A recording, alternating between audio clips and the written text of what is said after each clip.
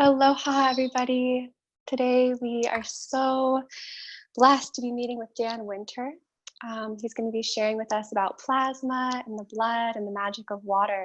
So I'll go ahead and let you introduce yourself to us, Dan. I'm happy to be here, Dakota. Thank you for inviting me. A lot of you friends probably know me. My background is psychophysiology and biofeedback. I've been doing biofeedback conventions. Also, we have a plasma technology invention, Therify.net. We have 6 biofeedback apps on the App Store, Brainwave, flameinmind.com, iThrive.com, HRV technology, breath technology. And I've been teaching physics of consciousness and psychophysiology, physics of Feng Shui, and things like that for many, many years. And yeah, we've done a lot. You can read all about my background at fractalfield.com. Beautiful.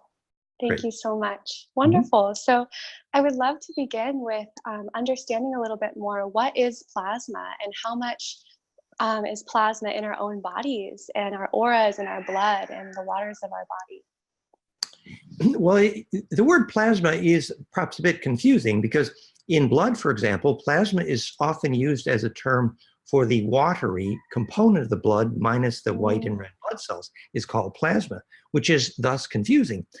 Even though that watery part of the blood, in fact, is a good container for charge, and so it is relevant. However, in most of physics, when they say that 99.99% of the universe is made of plasma or charge, so very little is actually mass in the universe, what they mean is a cloud of charge. The thing that's interesting is that in general, in conventional physics, a plasma cloud normally requires heat to keep the charged cloud visible or alive or showing light. However, under certain circumstances, you can have a cloud of charge that's stable, that does not require heat, which is called cold plasma. And that is the excitement these days, because even in very conventional medicine now, cold atmospheric plasma is a very hot topic in medicine because it's been proven to be useful for so many medical issues, including cancer.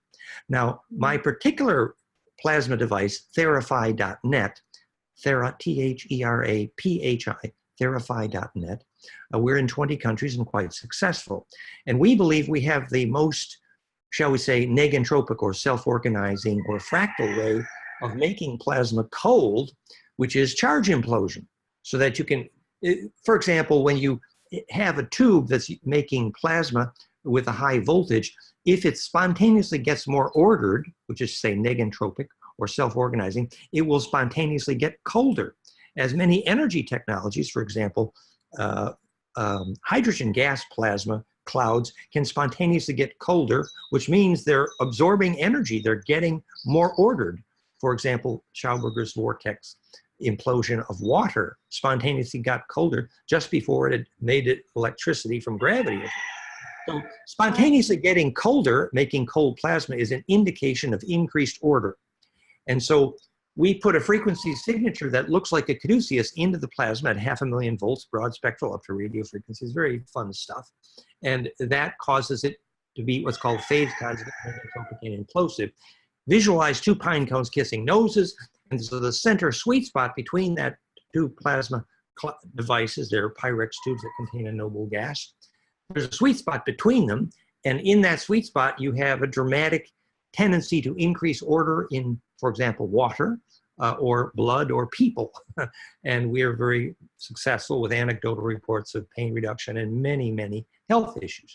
The final comment, and please, I'm carrying on too much here, but comment is that your aura, which is the most important thing you probably take with you at the time of death, is a cloud of charge, obviously, and it doesn't necessarily have much heat in it. So you could say quite literally, your aura is cold plasma. And to feed charge and centripetal force and useful inertia, negentropy, to make your aura more self-organizing is a very good thing. A cathedral can do that, and imploding plasma can do that. Beautiful. Oh, wow. Amazing. Thank you for sharing that. And that's a really important distinction. I feel that is confusing. I'd love you to just touch on that a little bit more. Is like, I remember reading about the 4th phase of water. and the fourth phase of water being plasma. And are you saying that's a different kind of plasma? It's the kind of plasma that's in our blood, in our body, and that's different than the cloud of charge that you're talking about?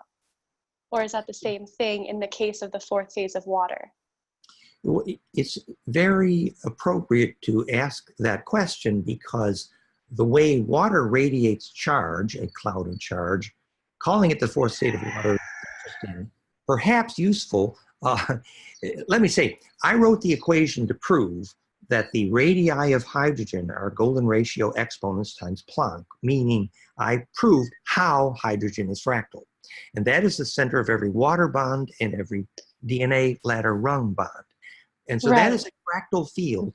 Now, the fractality of that field is an indicator of its ability to propagate charge in layers that look like a rose. And I will give you an example. The Israeli Hebrew word for heaven, plains of Sharon, is in effect a name for the electric charge cloud layers around monoatomic gold, which is also fractal. And it's called the phase conjugate dielectric and imploding charge. And the propagating charge around a fractal can essentially be infinite. The electron shell propagation field effects can go into a very big rose called the plains of Sharon, which is the name for heaven for a very good reason, Hey Ave, because it's a field within charge, within which charge can propagate virtually infinitely. Forever. Exactly. So it's like eternal life.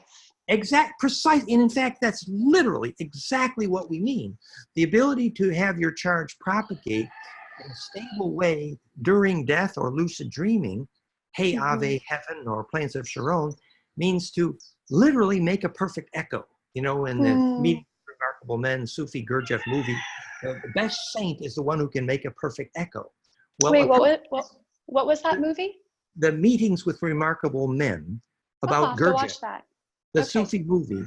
The one who proves himself to be the saint is the one who knows how to make the perfect echo.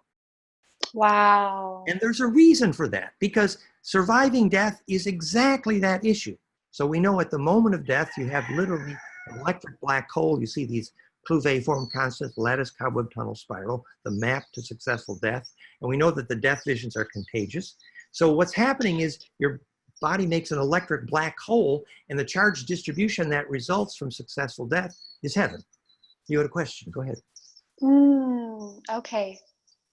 Successful death. So do you mean, so being able to have your charge be so stable in your aura, have your charge be so like the rose?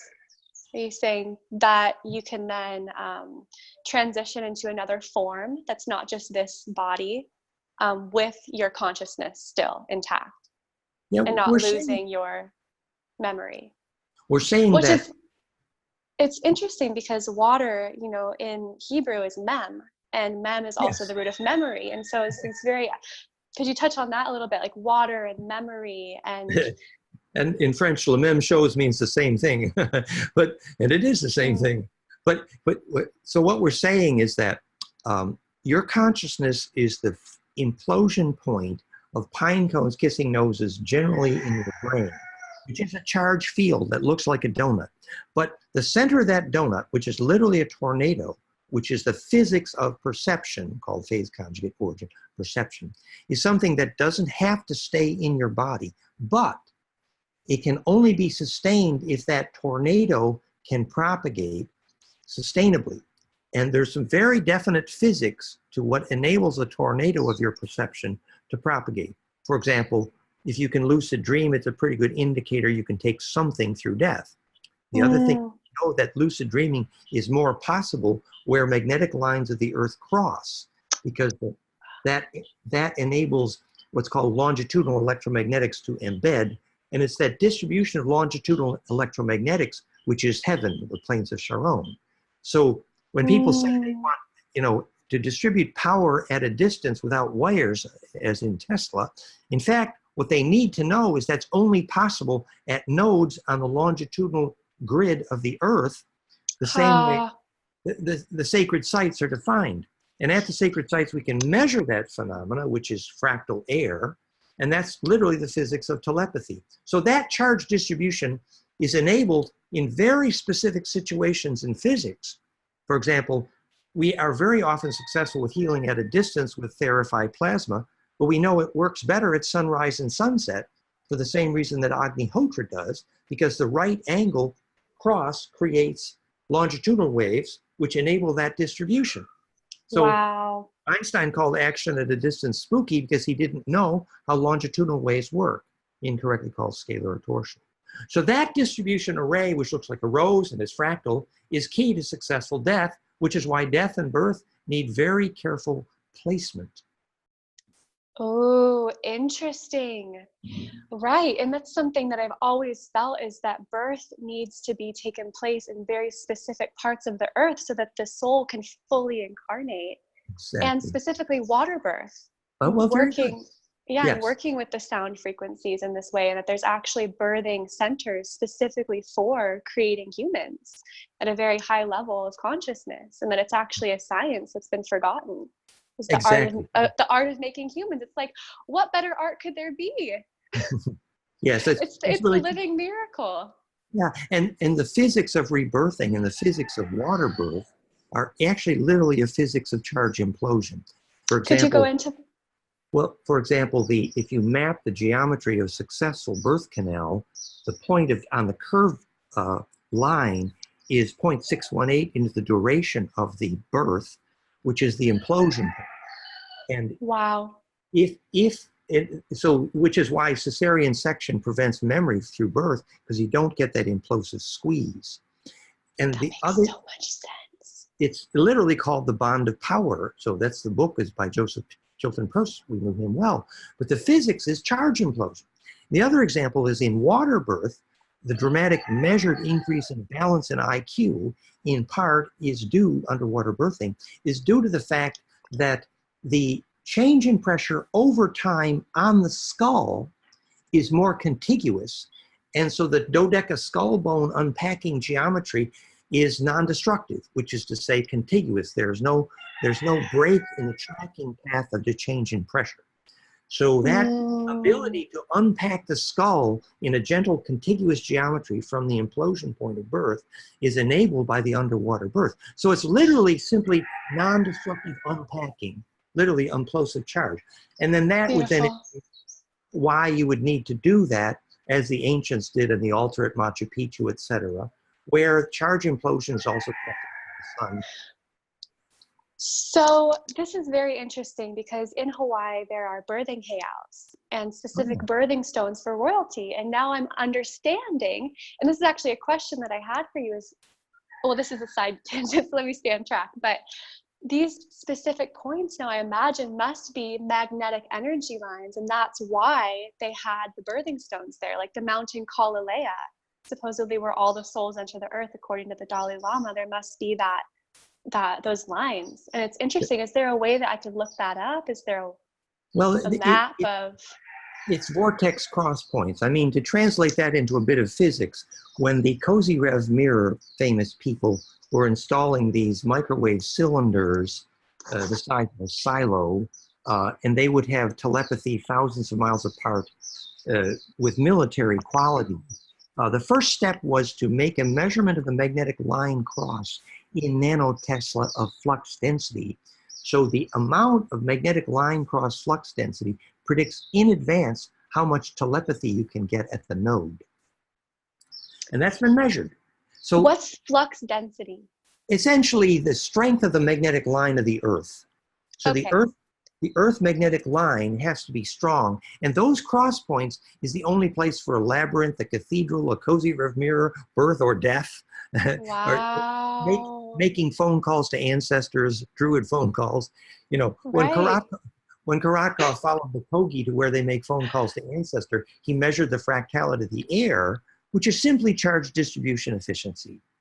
The other thing that to be said about the stone towers in Ireland that Professor Phil Callahan so nicely measured was that the birthing stone towers had a variable level of dirt in the stone tower, and he later determined that they were tunable like an organ pipe, and the level of the dirt in the stone towers that were used for birthing had been adjusted to tune for very close to 1,000 hertz, which turns out to be a frequency documented to produce anesthesia. And so this was literally a tuned audio oscillator for anesthetic purposes. And that Wow. was the Callahan's work, you know. So it all fits the physics of the vortex point. This is incredible. I've never heard of those towers in Ireland. Yeah, the stone towers. Phil Callahan dedicated a good part of his life to that. And also, okay, I'll look that up. Well, the insect antenna. I think one of his books was called Tuning into Nature. But Okay, he also showed that the microwave emissions of these things was an insect navigation function. And the microwave emission also indicates Kundalini and Bliss. And so it's a microwave radio as part of the story. Beautiful. And I believe that blissful birthing is our birthright. Absolutely. And blissful living is our birthright. And the most natural state of being is that state of heaven. And it's a state inside of ourselves. But I love that you shared this about the stones, because that was my next question. Is there's some kind of special relationship with stones and water? And for example, in the Bible, like Moses, you know, striking the stone and then the spring comes forth, or Miriam, and Miriam's, well, she carries the stone around the desert for her people, and where she puts the stone down, the water comes up. And then here in Hawaii, this was so synchronistic. We get spring water. We go to this spring that has been taken care of by this beautiful Hawaiian family for generations. And they finally told us the legend of the spring, and it's that the king of Hawaii was walking through Hana, and then one day he was like, oh, we need fresh water, and he struck the stone with his staff and the spring came out. And so there's something about stones and striking the stone and the water, and I'm just wondering, like, it's been a mystery for me. I don't know if you have any insight, but I thought it was at least worth asking. Well, that's a beautiful physics, and I think, again, it's helpful to relate that to science. Another example would be when Phil Callahan also showed that you could predict in advance where war versus peace would break out by determining if the magnetic lines looked like a rose or not. If the magnetic lines broke, you could actually measure the onset of war. Israel and Yugoslavia. So the underground magnetic lines breaking between villages would then create war because the emotions couldn't pass from village A to village B. Well, part of that physics was that the magnetic lines were the water attractor. And so what they then showed in Vukovar in Yugoslavia, for example, that during the war, the underground water veins literally went away.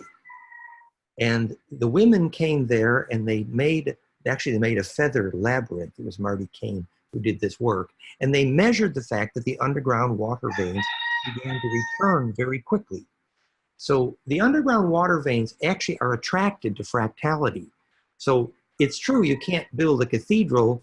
In fact, the very word Cistercian cathedral means over the cistern.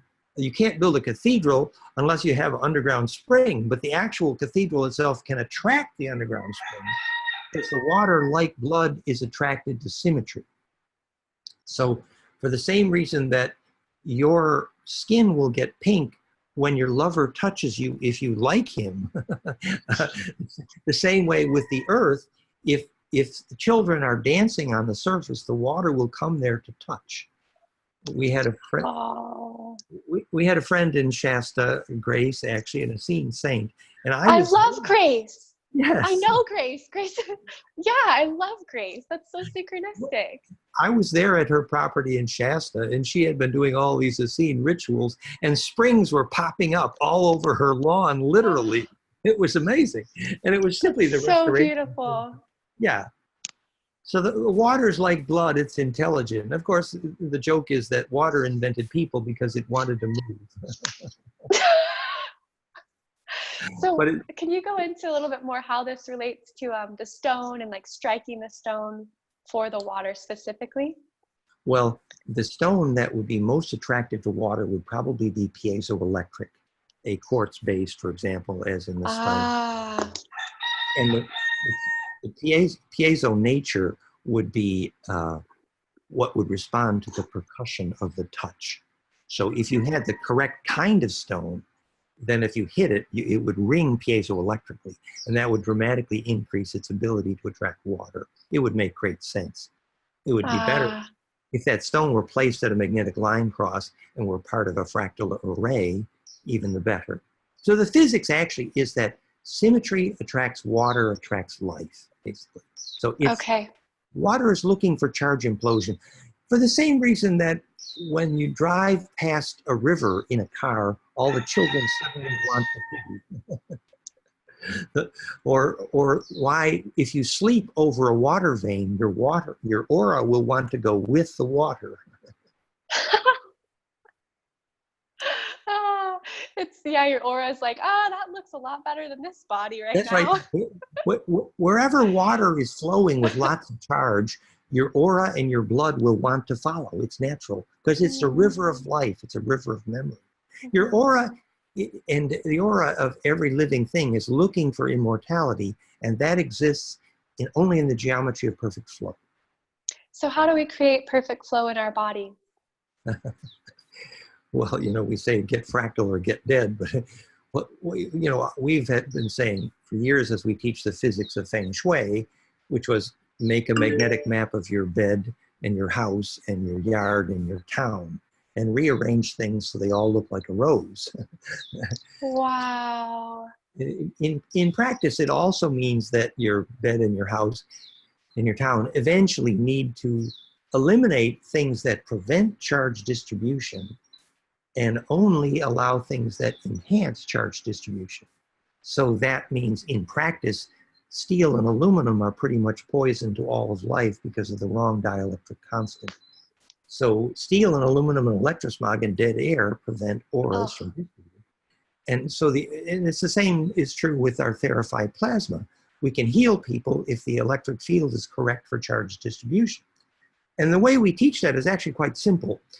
Every hospital doctor knows that negative ion wind is profoundly healing. They mhm. also know that negative ion wind is profoundly fragile. Steel and aluminum and electrosmog and dead air quickly kill negative ion wind, just the way they will kill living plasma. So only environments that allow the distribution of charge actually allow the distribution of aura and therefore life. In practice, this means that biologic materials for your house and a well-doused house are very critical for your aura to unpack like a rose. Mm, mm, beautiful. And so do you believe that, or not even believe, but do you know that then having your house actually like in the shape of a rose or a circle would be more beneficial to the aura than having it in a box? We have the world's leading curriculum for biologic architecture. Really? Where is Golden that? Mean. I want in. We've had international conferences in 3 continents about biologic architecture, and our new book on biologic architecture with Arturo, it's all at goldenmean.info/architecture. And Wonderful. goldenmean.info/architecture. And you'll see there our new book on biologic architecture. And it's very simple. You're making a bubble of charge. And the thing that's cool is, what we say is we market a technology to measure in advance what house or building will cause a seed to grow. So Ah, you measure the capacitance inside the building. You measure for something called harmonic inclusiveness or fractality, and you can predict in advance what building causes a seed to grow. For example, if you put a seed in an aluminum or steel cup, it will die very quickly because there's only 1 or 2 frequencies of capacitance possible. If you put it in a wooden or stone cup, the seed will grow beautifully because of mhm. charge distribution. So you can translate that to determining which architect gets a paycheck, actually. And the way that's done is very cool with flameinmind.com, our brainwave technology. You put the same brainwave device that can measure whether your brainwaves are making bliss in the center of a tree or a room, and you spectrum analyze 1 microvolt, and you look for the same harmonic cascade, Schumann-like or alpha-beta-like in brainwave, in the building. And if that's like a caduceus, harmonic inclusive and implosive, then that building will make seeds grow and children have bliss. So you can actually Mm, measure the life force in buildings. And there's beautiful examples of that in the new book there at the article. beautiful. Oh, I'm really excited to look at that. Thank you so much for sharing. I mean, Amazing. biologic architecture has been well known for years, but we've translated that beautifully into a physics that's measurable and predictable. So Hmm. architecture universities are beginning to realize. And when we offered a international conference on biologic architecture at one of the largest architecture universities in Mexico City, uh, we had hundreds, if not thousands, of students show up almost immediately. It was incredible. The interest level is so high when the students Mm. learn that biologic architecture, which we know is spiritual, has a good and simple physics. Right, right. Wow, it's amazing. Yeah, what brings life? It's so Exactly. simple. Yeah. So on that note, what do you believe then about eating and food and water? And do you believe that spring water is best? Do you believe raw food's best? What's your thought about what we actually physically put through our mouth? My partner and I are very focused on that as well. We only drink spring water here and live enzyme food mostly, and we try to get a majority of live food in our diet. So yes, it's essentially about charge distribution, and it's more than that, even about charge compression. So that if you have the right live enzymes in the guts become literally the brains of the body, and they Mhm. become implosive, and your metabolic rate increases. And as rate increases, that moves toward bliss and kundalini. So it Mm. all requires charge dense food, obviously. So you're right. And that also then means, unfortunately, in the West, particularly in the US, and where there's so much modified Oh, food and chemicals, that the food actually prevents metabolism.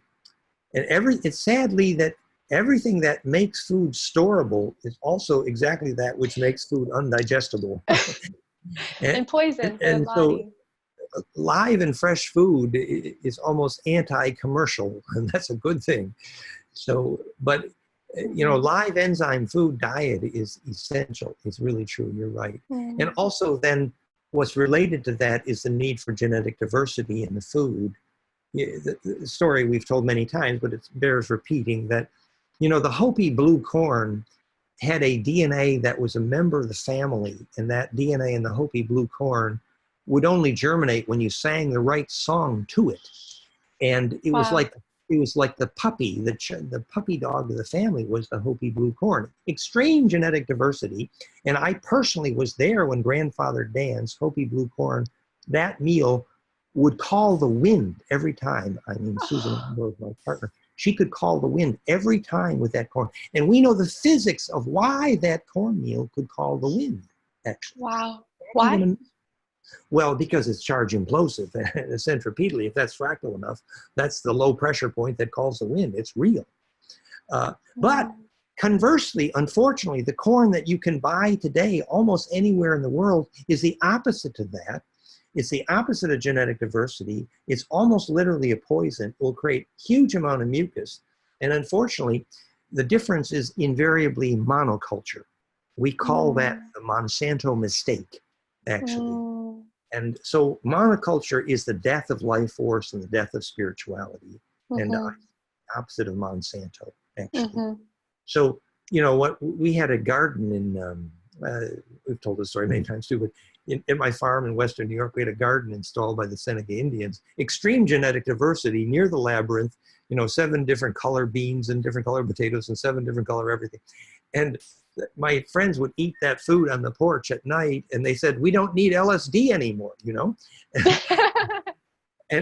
the visions from the intelligence of that plasma in that Oh, genetic diverse food, and we had that in Colombia too, actually. But it's the it's genetic diversity. So they say when you're picking out what broccoli to eat at the bio co-op, you whisper to the broccoli, when was the last time you knew genetic diversity? Then you know which one. that's so great. I can really relate to that. When I moved to Hawaii and started eating raw food, wild, not just raw, but literally going to the tree and singing to the tree and picking the fruit off of the tree. Like it's this whole other dimension of eating. It's like a form of making love. And that's really the high potential of eating, is it's becoming a part of you, and you're becoming a part of it. And it's this mutual energy exchange that, the plant benefits from as well. So That's beautiful. I love those stories. Thank you for sharing that. And it You have just it all makes in your me, intuition. You have it all in your intuition. We just add a bit of science. yeah, the science is where I'm lacking. That's why I like to interview scientific people for the mystery school. So thank you for sharing. And that really comes to kind of the state of the world as it is right now. It feels like absolutely everything that modern culture tells us to do, you should do the opposite. And it really, like, I feel like humans are so precious, you know, like humans are so powerful, like the potential of human beings is so much higher than what we currently are accessing. And why is there this anti-life force? And what is that anti-life force? And, you know, I believe there's a higher organization to everything. So there must even be a higher organization to this anti-life force. And I'm just curious if you have any insight or thoughts on that.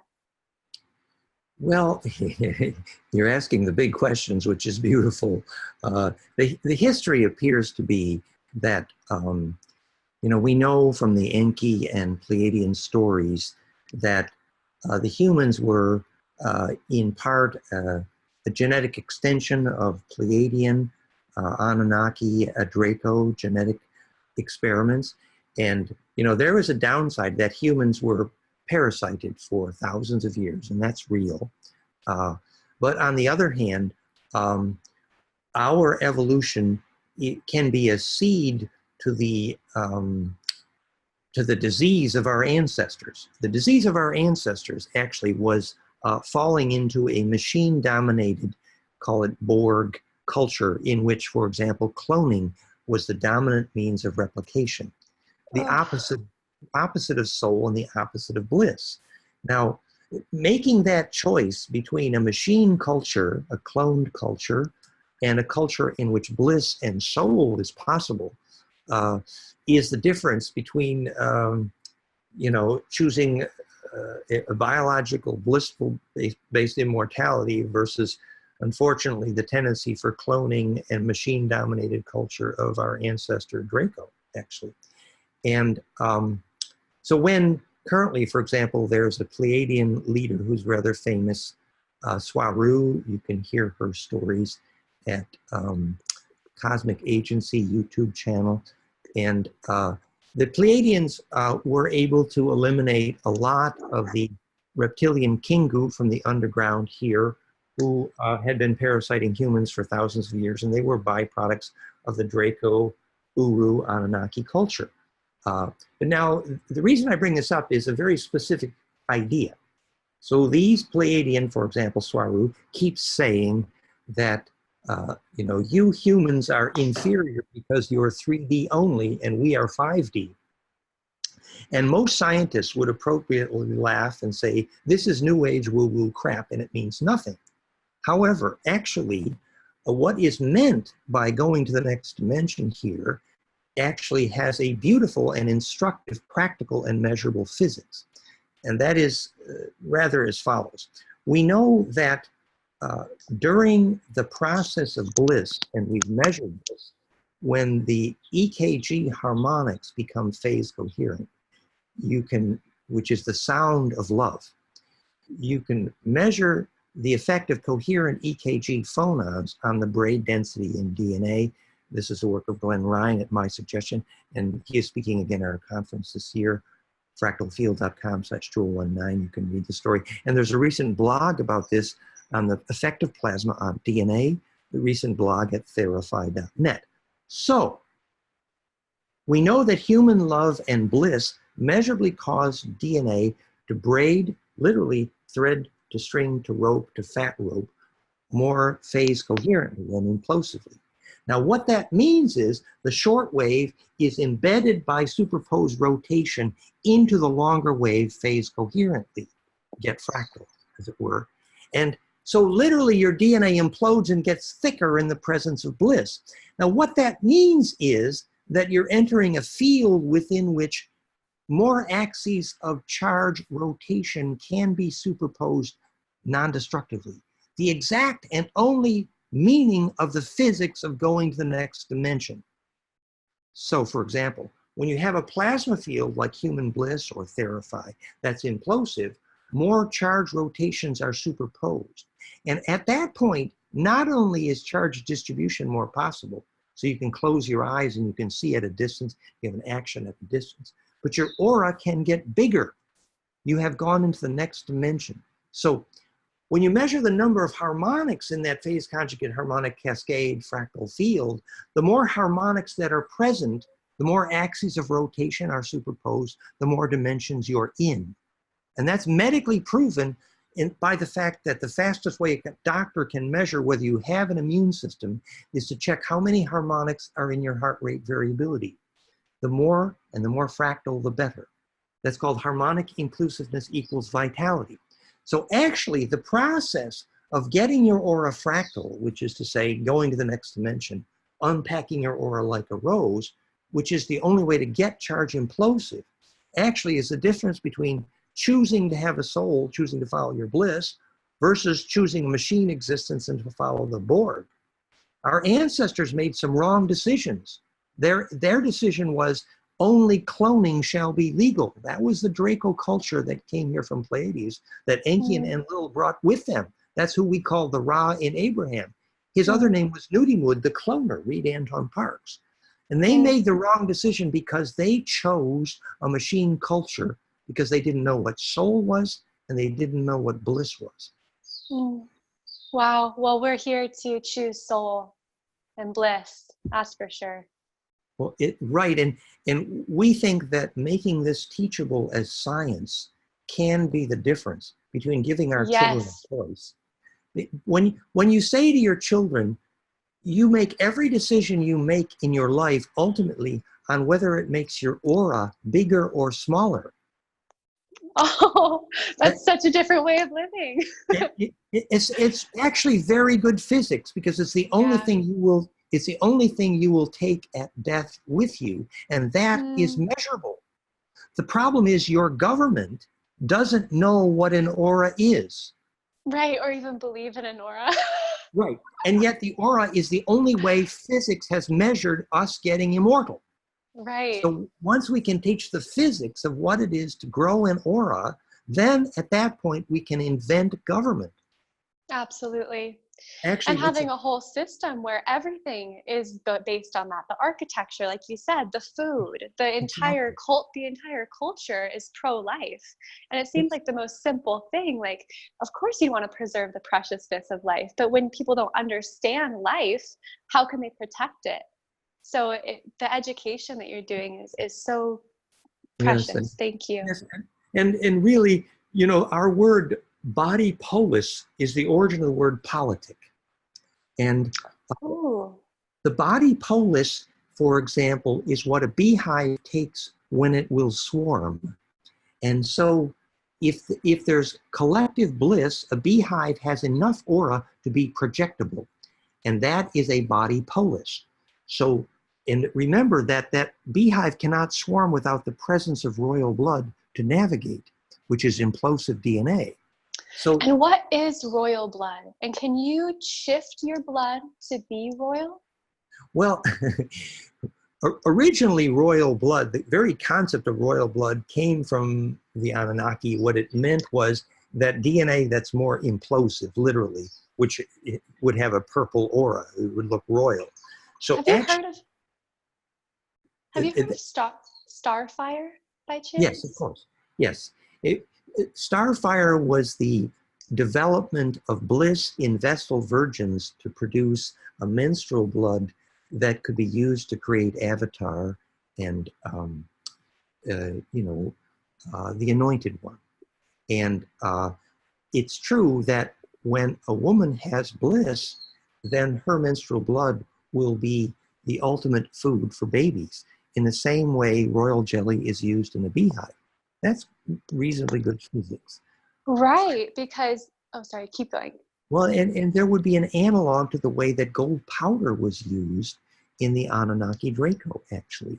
So in their case, they used gold powder, the ormes, the spice, to serve a function not unlike Starfire. And actually, Lawrence Gardner did a fairly good job of analyzing that science when he analyzed the science of of David Hudson. Unfortunately, they didn't realize that chemically produced monoatomic gold is actually dangerous as opposed to naturally produced. And the same is true with the Starfire, with the royal blood. So the point is actually, it's simple, that charge implosion will create the ability to navigate faster than light, which is what enables your aura to be steerable and therefore plasma projectable and therefore survive death. So in ancient times, the access to temple was a plasma projector. Uru Asa Ella in Jerusalem, for example, was a stargate because a group having bliss together could become plasma projectable.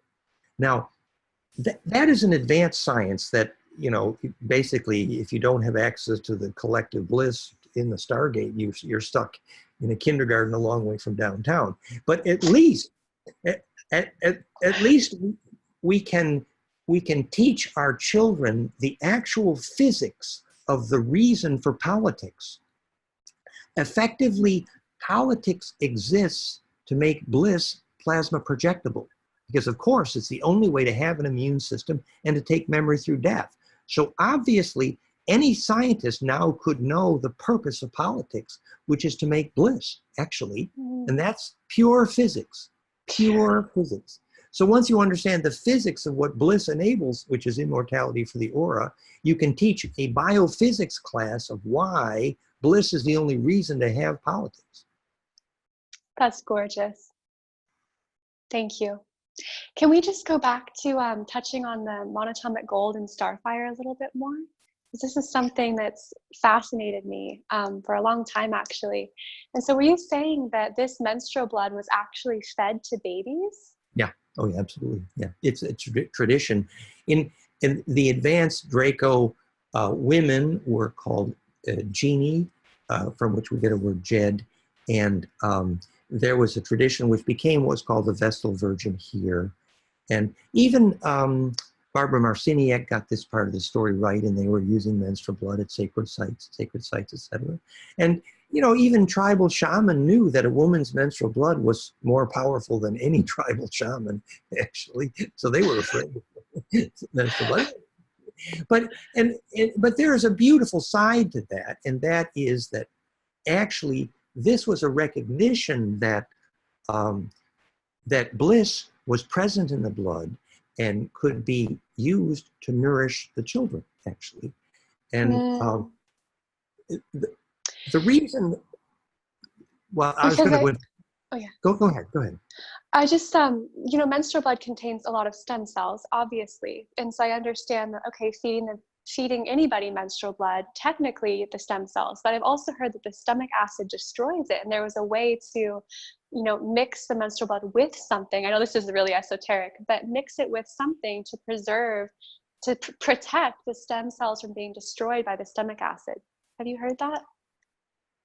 Well, I would guess it would have to do with Orme's amulet. So the agricultural Ormes derived from seawater, for example, might be an example, because it is charge fractality that enables the life of that charge implosion.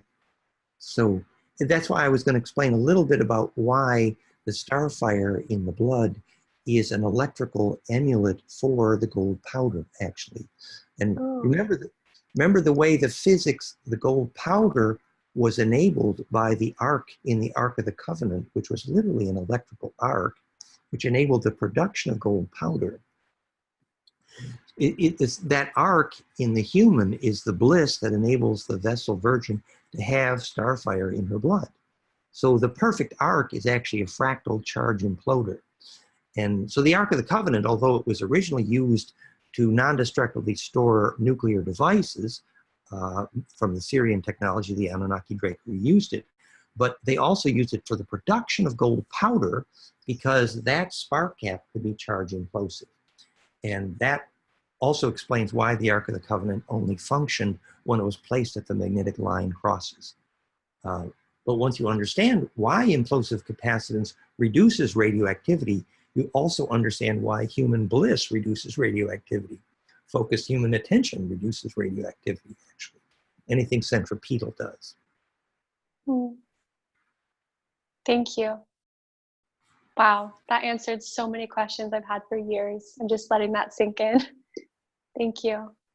And people have gone to great lengths to try for the chemistry of gold powder production.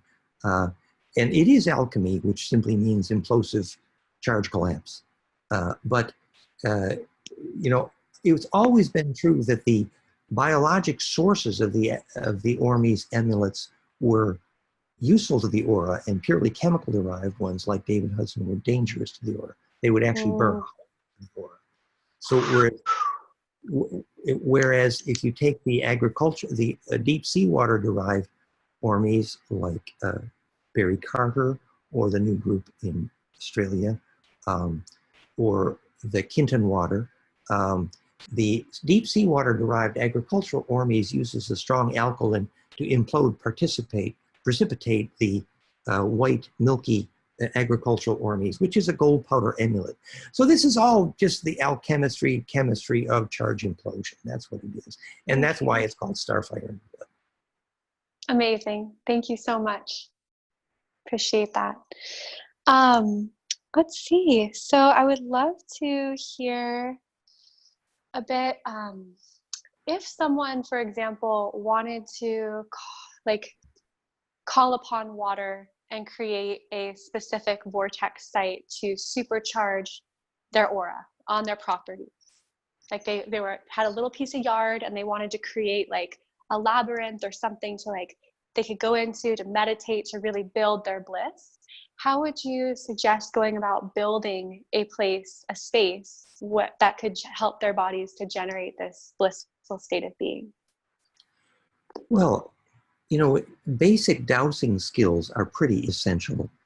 The ability to feel at least a simple magnetic line cross is critical.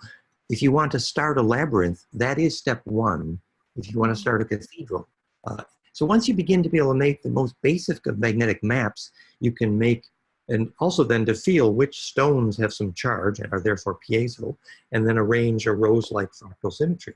For example, the stone circle has been measured in hospital operating theaters to reduce surgical recovery times, actually, a charge bubble. So you want to make a charge bubble. You can call it a cathedral or an altar. Another example is our vortex technology.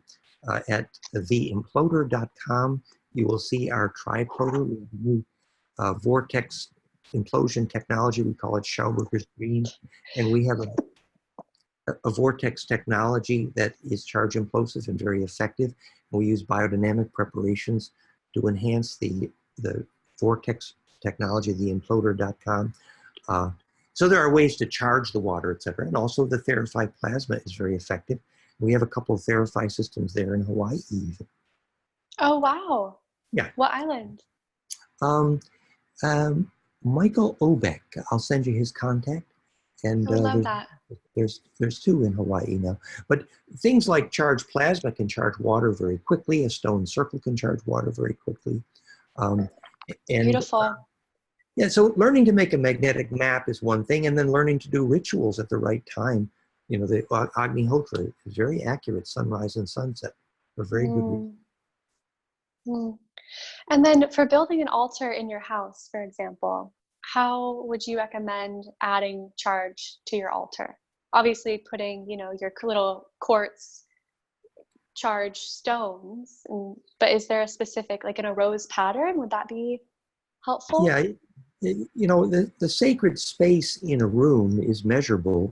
It's usually the place where you would have the most echo. The most echo phonon is also indicative of its capacitance, and that's measurable with flameandmind.com, etc. So finding the sacred spot to sit is part of the Castaneda story as well. It's a place of implosion. It's a place where the ghost always goes. So you locate the place of resonance, as it were, and then you add material that can hold charge, which will always be dielectric material generally, and will never be steel and aluminum generally. A little bit of gold is good, and high piezo stone, et cetera, et cetera. And then, yes, arrange them on a fractal like a rose and things that are important to you. But the most important thing of all, then, is to visualize and invoke that space, perhaps daily, in such a way that the tornado of plasma there builds. And it's best even to do that at the same time every day, say sunrise and sunset. And that tornado will grow consistently in the long run, and eventually the angels will show up. Oh, that's beautiful. That's what John And Dee so did. I just want to clarify that one point in the beginning, you said to go around the room and see where the best echo is. Well, the place, what Castaneda would have called the place of power is related to the acoustic of the echo, but it's more powerfully related to the place of capacitance compression. So for example, we had a dome home and there was a definite sweet spot and you could feel it, okay? Wow. So if the room is circular or an oval shaped room is perfect, an egg shaped is perfect. But anything that creates the place of implosion. So if you actually measure where a ghost goes or where the soul goes after death, and Korotkov made these measurements, they go to the place of compression because that's where they get the inertia to enter the distribution called ancestral memory, the collective unconscious.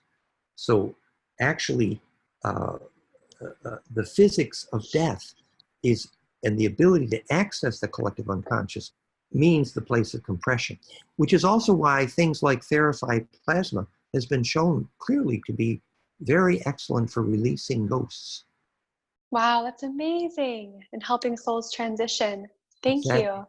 So I just want to clarify on a practical level, like right now in my room, for example, after we get off the phone, how would I find that spot? Well, if you had a device to measure the capacitance, flameinmind.com, well, that's cool. And you What's the spectrum device? Well, flameinmind.com uses the brainwave transducer, and we can analyze the weak capacitance of the room. It'll show the Schumann harmonics in the room. It'll show the electrosmog. It's measurable. And What's the device called? flameinmind.com uses the brainwave headset called Muse with special software. And okay.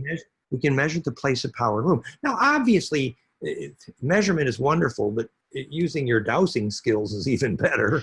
Okay. But basically, you're feeling for the place of compression of charge. You're feeling the place where you're most likely to have visions and see ancestors. I give you an example. The Aboriginal woman is walking and suddenly feels for the first time a baby moving in her womb, and she realizes she's pregnant. Now she goes to the shaman, and they make a picture on a rock in paint of the magnetic lines of that first spot the baby jumped in her womb. And that stone picture becomes the title deed to the land to which that child is responsible for lucid dreaming. So the magnetic map of that spot was called the Abraxas point, to which the memories are grounded or anchored, which is why a woman needs to go back to the place of birth often to retrieve those memories of ancestors. Wow. Thank you for sharing. Beautiful. Oh, such a rich conversation. Thank you so much. You're welcome. I feel I just have maybe one more. I don't know how much time we have left. Do you know what time it is? Go ahead. Well, it says it's 8:25 p.m. here in South France, but Oh, perfect. So we have about 5 minutes. Okay. And I would just love to touch a bit on, it's so interesting. I don't know if you've heard of, it's very popular in the south of France, but Mary Magdalene line and the Rose lineage. And it's interesting to hear the science that you speak of around the fractal of the rose. And I'm just curious if you have any ending notes that you feel inspired to share about Mary Magdalene, sacred union, sexuality, and that for generating and creating bliss in the body. Oh, I also was curious if you know anything about female amrita, like female ejaculation fluid and the power of that fluid, because I've found that that's just as powerful, if not more, in my own personal experience than menstrual blood. Well, first about Magdalene, the Tour Migdal in Girona, which is based on the one in Rennes-le-Château, it's called the Tower Migdal because amygdala means to tower. And the amygdala in your brain is where the reptilian brainstem stands on its tail and towers. And out the amygdala comes the bliss juice, which then feeds the high brain. And there's a phonon pump action called sacrocranial, which causes out the mouth of the snake brain, named the amygdala, to come the bliss, the amrita, actually, material that then explodes in the high brain, which is the bliss radiance of Tantra, as it were. So the metaphor around the Tour Migdal fits the psychophysiology of human bliss beautifully. Now, the map of that in South France has everything to do with the Grail legends here and the pentagram around Rennes-le-Château. And we've been teaching the physics of the Grail mysteries here for many years. And the stories are beautiful. It's really true. And we do believe that the Black Madonna, which is, we did the ritual with the gypsies at Marie de la Mer many years, and that gypsy ritual is real, and that she gave birth to a Trophemius John in the cave that was depicted in the famous Virgin in the Rocks painting, and then John Trophemius, the son of Migdal, melted the stone lid of his coffin.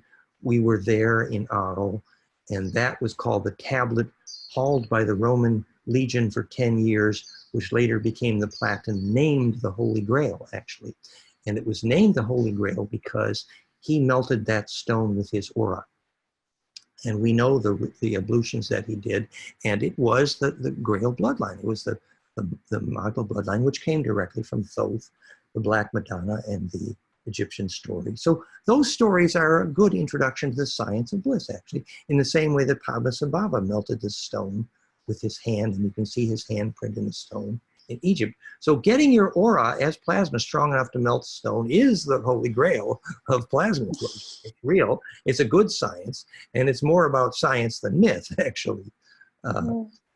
In terms of Amrita, well, yes, it's true that, you know, in my experience centers around Kundalini and the way Kundalini fire ignites the high brain, etc. But I'm sure your work with the Amrita is very real and makes sense. It's all about how much charge gets into the molecule that then spins enough to be the seed for bliss, actually, which is how fractal it is.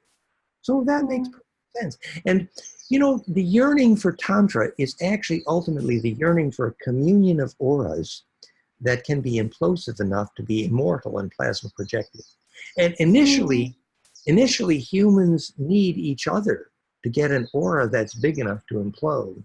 But eventually your aura is plenty implosive that you do it by yourself is perfectly fine as well. The important is, so it doesn't necessarily take two to have real Tantra. It's a beautiful thing, but the ultimate thing is that your aura is actually radiant and implosive enough to be sustainable, the definition of immortality. But I think your inquiry into this, using the bliss metaphor, is very appropriate and leads to a beautiful physics, which makes a communion among religions that hopefully ends religion wars into a real science. Absolutely. It's so beautiful. And it touches back to that concept of the royal bloodline. And I think that's a beautiful note to maybe complete on, is this concept of royal blood.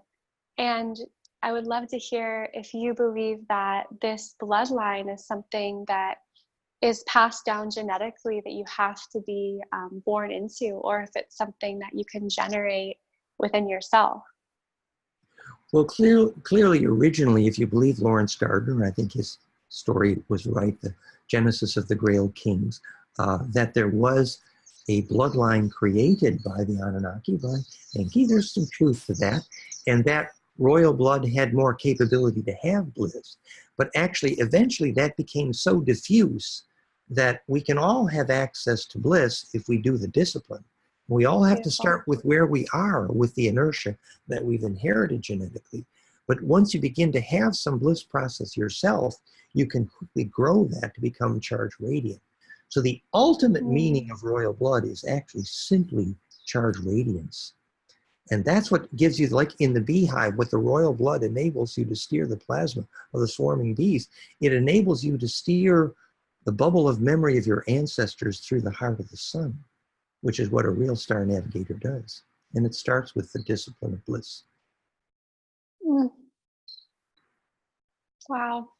So beautiful, Dan. I'm feeling so much bliss right now. Nice to meet Yeah. you. And I appreciate your dedication, your sincerity. And I'm at your service. And I think it's wonderful that you're making this shareable. And I'm happy to talk again anytime. I would love that. Yeah, this is such a rich conversation. I'm so grateful. Thank you. Thank you. We'll pass this along. So people can be in touch with me at fractalfield.com, info@fractalfield.com. And our brainwave tech is flameandmind.com. Plasma tech is therify.net. And I really thank you for helping me to share with your magical audience of sacred women, too. Thank you. Absolutely. Yeah, they're going to love this. Thank you so much, Dan. Thank you. Blessings. All right. Aloha. Aloha. Mm-hmm.